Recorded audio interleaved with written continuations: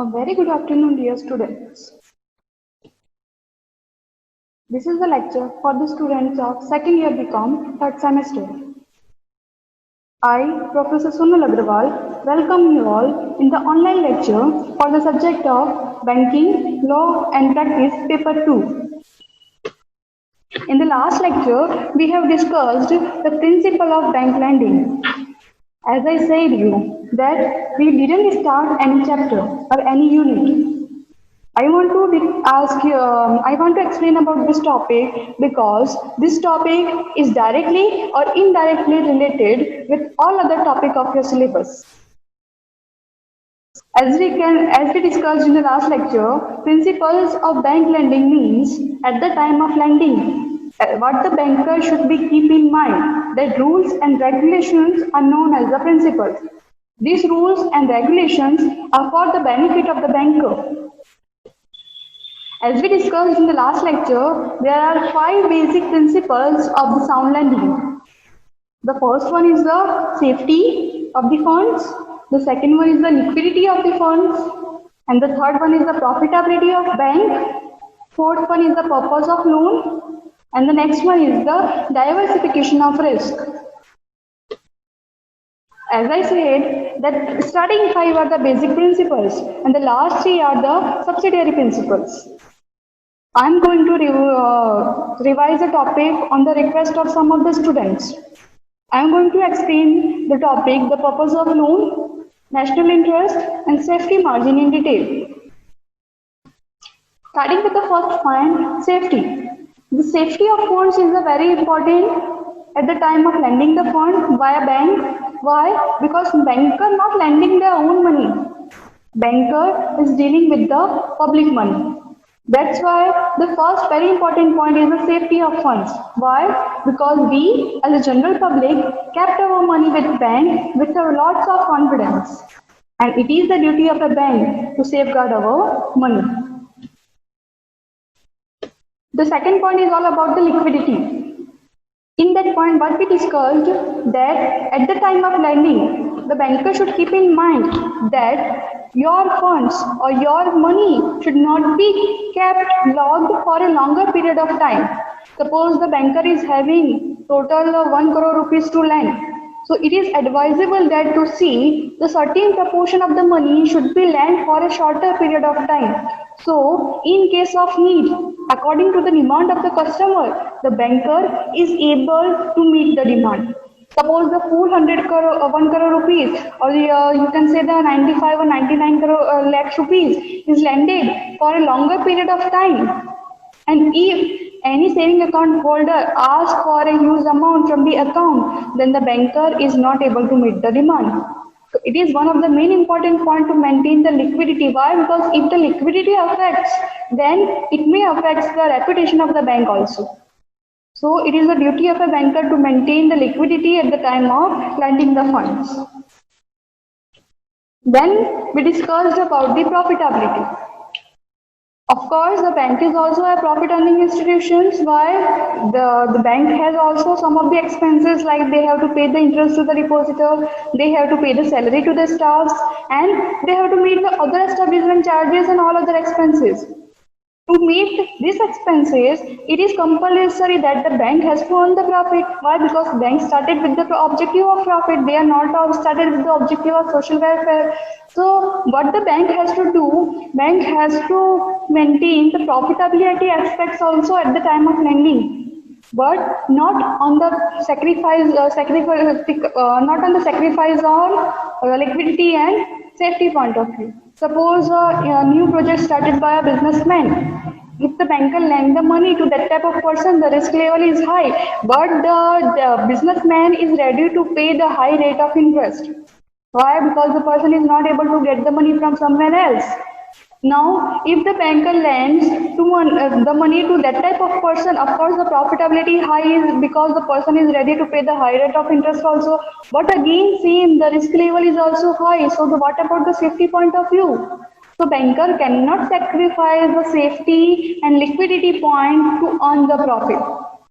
I am repeating again, banker cannot sacrifice the safety and liquidity to earn the profit. The next is the purpose of loan. What do you mean by this point of view? That if you are a banker and if you want to lend the money, so you have to ask your customer that for what purpose the customer require the loan. The customer may be require the loan to start any new business. The customer may be require the loan to purchase a home. The customer may be require a loan for the social functions. So you have to ask for the purpose. You can see the any loan application. If you want to see, you can download from the Google also.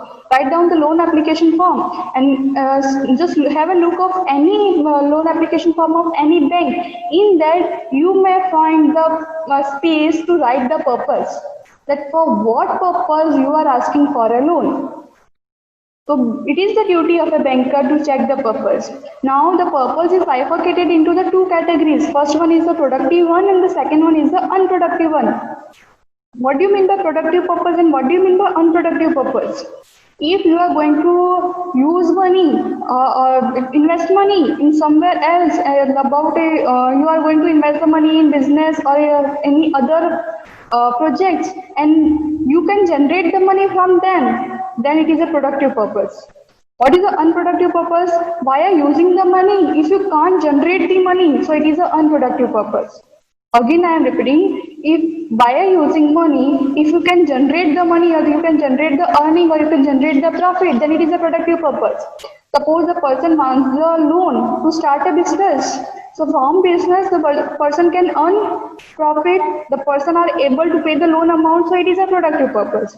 If the person wants to the loan for a social function like the marriage of the daughter, so by using the money, there is no source of earning, there is no source of profit, so it is an unproductive purpose. So as per the rule, banker has to grant the maximum portion of fund to the productive purpose. Why? Because the chances of repayment is high in case of productive purpose. And the chances of repayment is low in case of unproductive purpose. So the banker should grant more and more fund to the productive purposes and less fund to the unproductive purposes. And the next is the speculation activity. What do you mean by speculation? This is something related with the gambling. The lottery facility, you can say, okay, speculation, the best example is that the purchase of the shares of the one company at a lower rate and the sale the shares in the second market at a higher rate just to earn the difference amount. Yeah, you purchase the shares at a lower rate and you sell the shares at a different market at a higher rate. And whatever is the difference between the price of these two markets, that is your earning. That type of activity is known as the speculation. So it is advisable that if you are a banker, so don't grant any loan for these types of activity. Why? Because here the chances of loss also there. Suppose the prices of share will go down in the market, then you are not able to earn the profit. Then the chances of recovery will be low, and the chances of NPA, non-performing assets, or the bad debt will be increased. So as a banker, don't grant any loan for the speculative purpose. Yeah, of course, the rule says that don't grant the loan for unproductive purpose also. But as per the nowadays modern banking, we are able to get a loan for the unproductive purpose also. But what the banker has to do, banker has to maintain the balance between the loan granted or the fund granted for the productive purpose and the fund granted for the unproductive purpose one. I hope it is clear. What do you mean by purpose of loan? Purpose of loan, the principle of purpose of loan says that if you are a banker and you wants to grant a loan to the customer, then ask the customer that for what purpose the customer wants the loan. And on the basis of the purpose, you have to decide that whether you have to grant the loan to the customer or not. I hope it is clear. The next is the principle of diversification of risk. This principle says that you have to bifurcate the risk in a different sectors and different types of assets and different types of customers. Don't grant all the loans to one type of borrower or major portion of the loan to the individual borrower or the individual industry. In case of adverse situation, you may find a loss, or the chances of NPA will be increased. So you have to diversify risk means you have to follow the principle that do not keep your all eggs in the one basket. or the more you hit, the worse you reap. So this principle you have to follow. And the next one is about the security. As a banker, whenever you want to lend the money to the customer at the time, what you have to do, you have to ask for a security.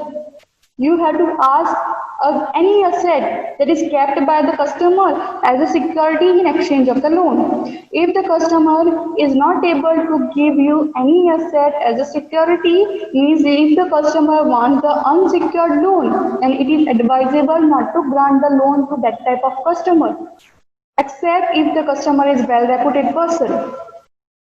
The customer can give you any type of asset as a security. The person can give you the land, building, flat, insurance policies, term deposits, jewelries, etc. The security may be in the form of any assets, but it is compulsory to ask for a security.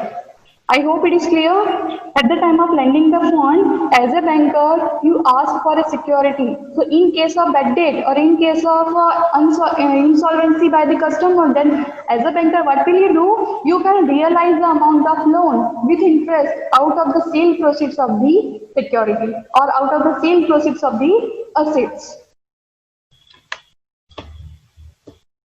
The next is the national interest. Ultimately, the banks are working in a particular nation, so the interest or the objective of lending a fund should not be against the interest of nation. Or as we all are aware about that, any government policy related with the fund, any government policy related with the money come into existence in the economy via helping the via way of helping of the banks only. Banks are the, you can say, the medium to launch any government financial policies.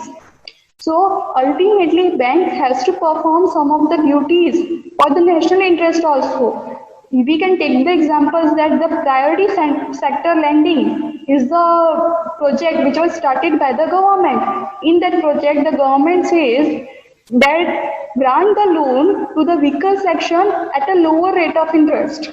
Again, I am repeating, according to the priority sector lending, the government says that grant the loan to the weaker section at a lower rate of interest. Why? Because this is the development plan of the government. This is the development plan for the nation. So bank has to perform for the development plan of the government. Why? Because bank is the only authority from which the money can be flow into the market or into the circulation.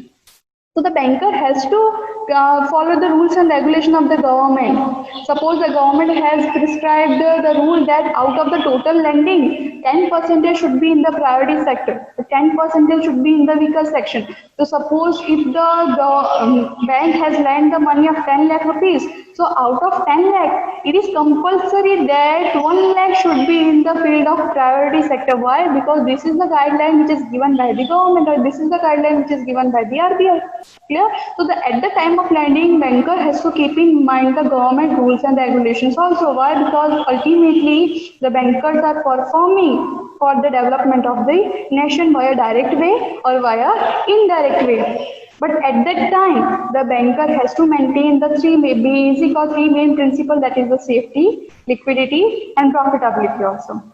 Yeah, for the development, suppose the government says that 10% should be minimum. For the development, you cannot say that yes, as a banker, I am very much interested in the development of a nation. Just to grant all the loans in the priority sectors. If you done this type of activity, then of course the safety point of view will be the question mark. The profitability point of view will be the question mark. Yeah, so you have to maintain these three principles also at the time of lending with the objective of national interest.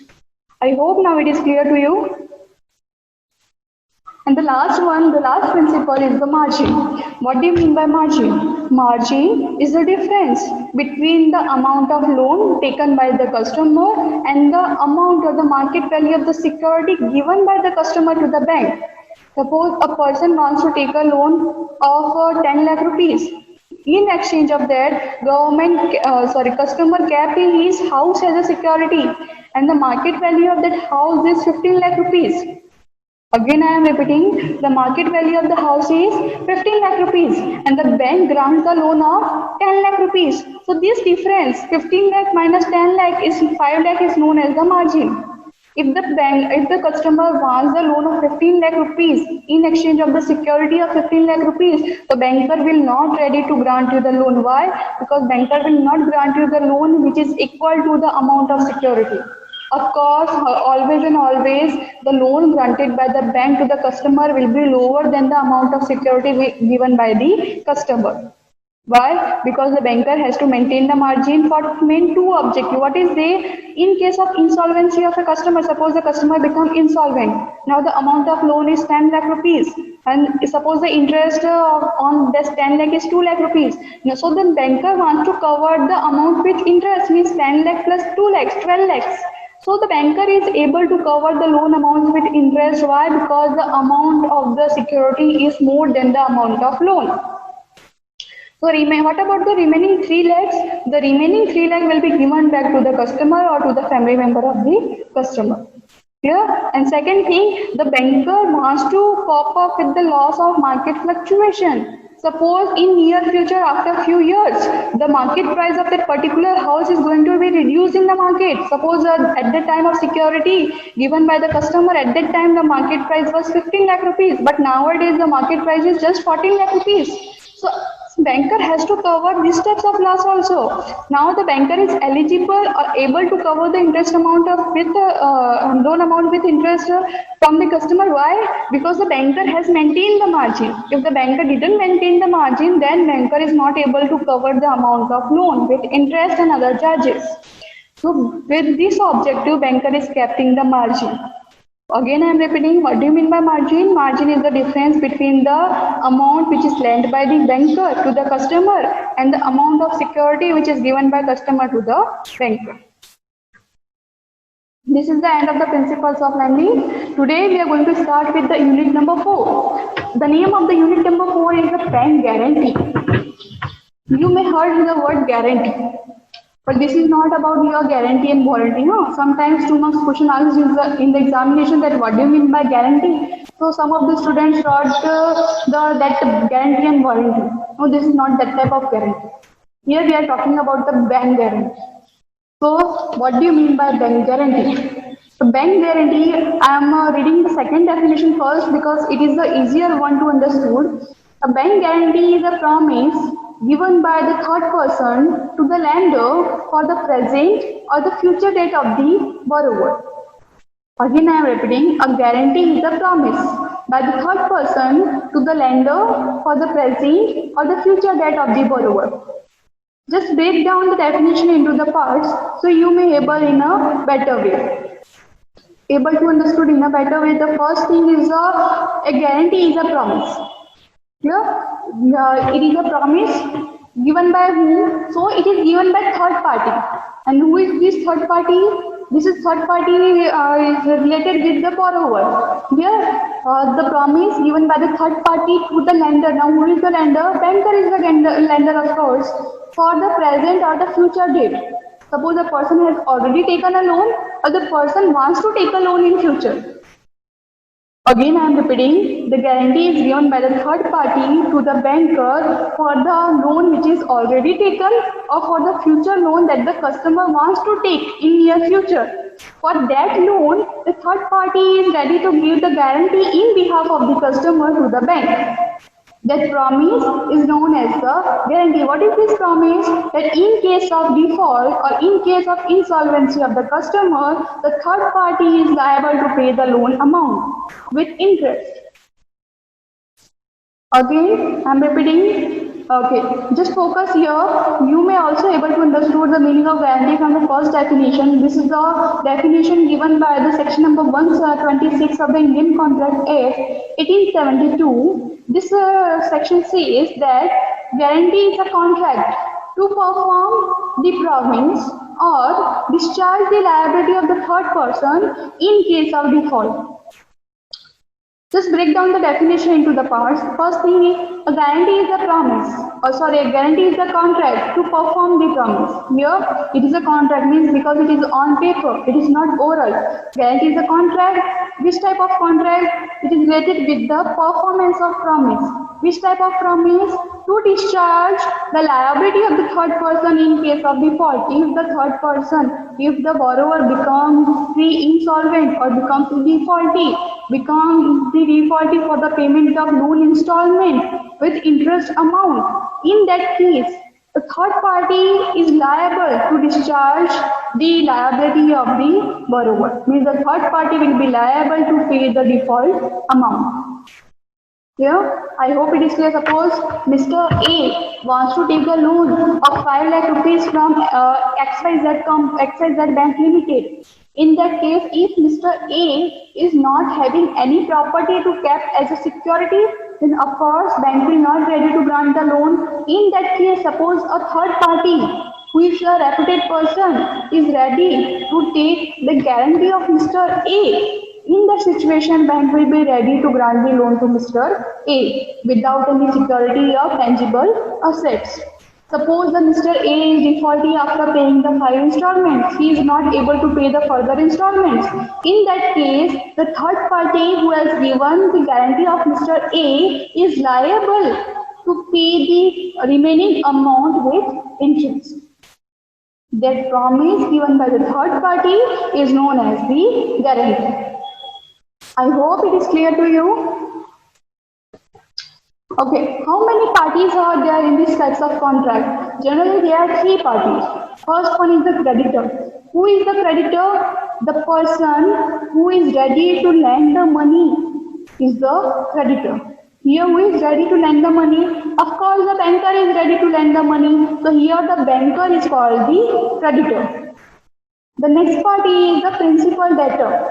The person who asks for a loan from the bank, that person is known as the principal debtor, and the person who is having the primary liability to pay the loan amount with interest, that person will be known as the principal debtor. Here in our example, Mr. A is the principal debtor, XYZ Bank Limited is the creditor. And the third party is the guarantor. The third person who takes the responsibility of principal debtor. The third person who is ready to take the responsibility of borrower. Who gave the promise to pay the remaining amount in case of default. The third person is known as the guarantor. The third person is also known as the surety. And the principal debtor is also known as the borrower. The third person, that guarantor, is also known as the secondary debtor. Why secondary debtor? Because the liability of guarantor arises only if the principal debtor becomes insolvent. Yeah, that's why the guarantor is also known as the secondary debtor. So 3 parties are there. Creditor means bank. Principal debtor means customer who has taken a loan, and the guarantor means third party who has given the promise about the principal debtor. So 3 parties are involved in the contract of guarantee. It is very easy to understand. I hope it is clear to you all. Now we are going to discuss about the types of guarantee. There are so many types of guarantee, but according to the number of transactions, the guarantee is bifurcated into the 2 categories. First one is the specific guarantee, and the second one is the continued guarantee. The specific guarantee is for a single transaction only. Suppose a person wants to take a loan of 5 lakh rupees. So, if any reputed person or third party has given the guarantee of that loan, so the third party is liable for the single 5 lakh rupees only. If a person has repaid the loan amount with interest, person has repaid that 5 lakh rupees with interest, so the guarantee is also over. After some times, if person wants the second loan, if the customer wants the second loan from the bank, for that second loan, the guarantor is not responsible. Why? Because the guarantor has given the guarantee for single transaction only, or you can say for the single loan only. So the guarantor is not liable for the any future loan taken by the customer. The guarantor is liable for only a single loan which is taken by the customer or for which the guarantee was given by the third party.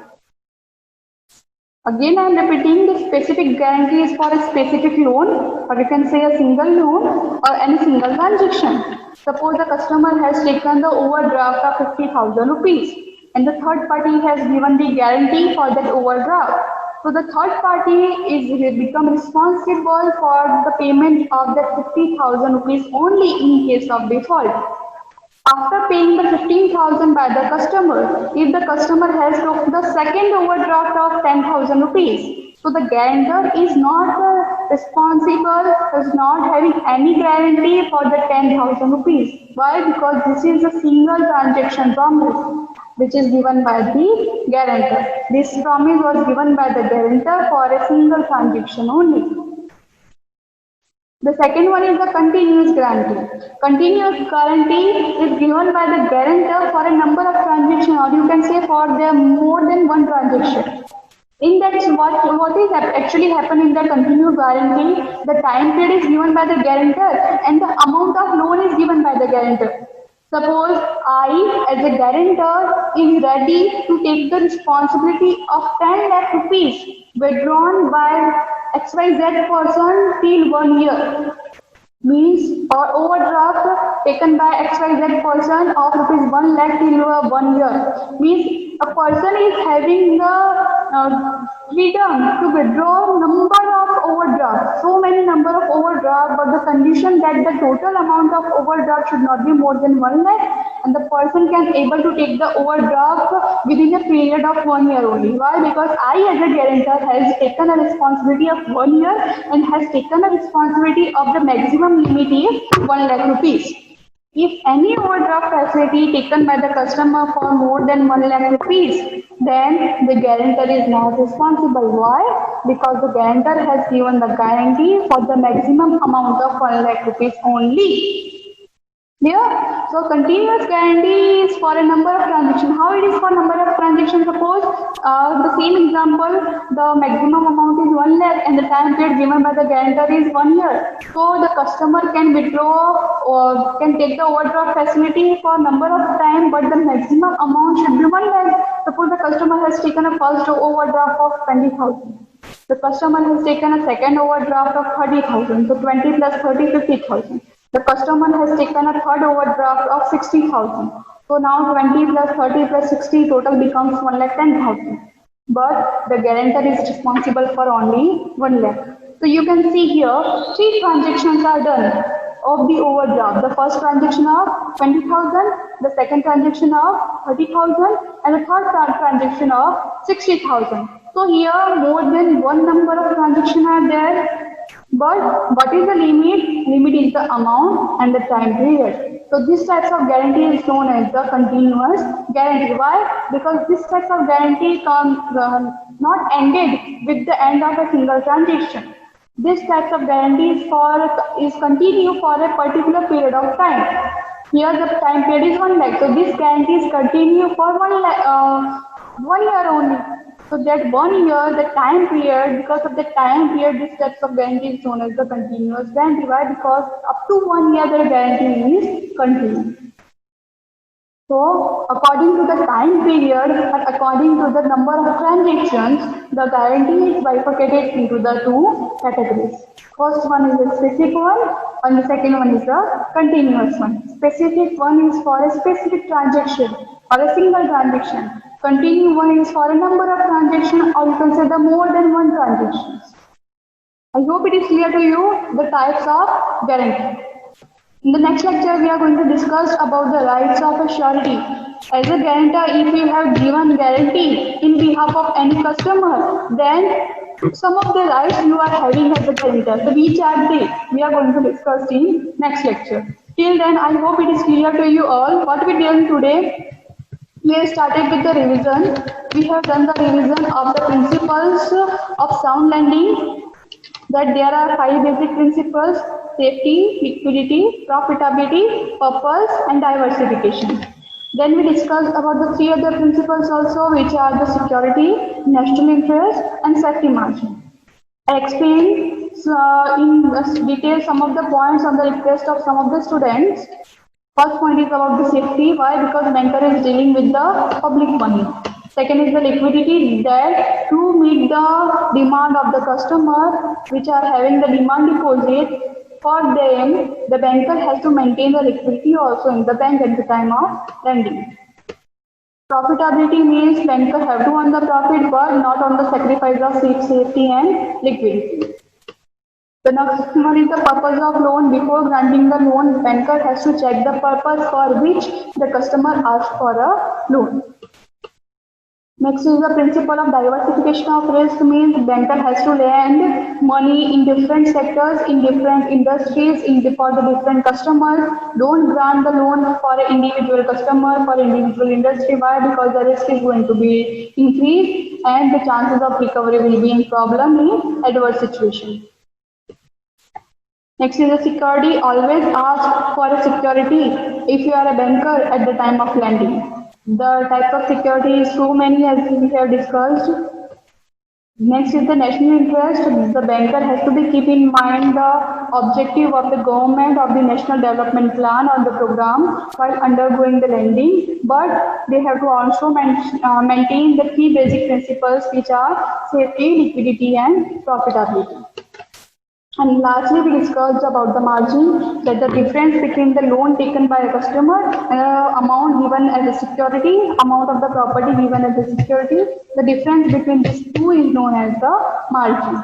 Always a banker has to maintain the margin. Don't grant the loan of equal amount of security. If the security is 10 lakh, the amount of loan should not be equal or more than the 10 lakh. Amount of the loan should be always less than the 10 lakh rupees.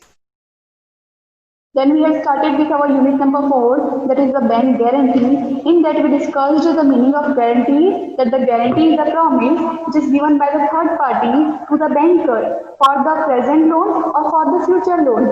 In behalf of the customer, in case of default, if the customer become defaulty, then the third party is ready or will be liable to pay the loan amount with interest to the banker. Then we discussed about the parties involved in the guarantee contract. As we discussed, the three parties are there. First is the creditor. Creditor means the person who is ready to grant the loan. Here the creditor is banker. The second one is the principal debtor. The customer who has taken a loan, that person will be known as the principal debtor. Why? Because that person is having the principal responsibility or the main responsibility or the primary responsibility to repay the loan amount. The principal debtor are the customer who has taken a loan. The next is the guarantor. Guarantor is the third party who gave the promise in behalf of the customer or in behalf of the principal debtor. Guarantor is also known as the secondary debtor, and the guarantor is also known as the surety. In your examination, they are generally using the word surety. So keep in mind, surety means guarantor. Surety means not the guarantee. Surety is the name of the party. Surety is guarantor. Generally, whenever colleague asks the question that explain the advantages and disadvantages of surety, explain the rights of the surety, generally students are writing the rights of a guarantee. The guarantee is not having any right because guarantee is not a party. The party can have a right. So keep in mind very clear that surety means guarantor, because in examination mostly they are using the word surety.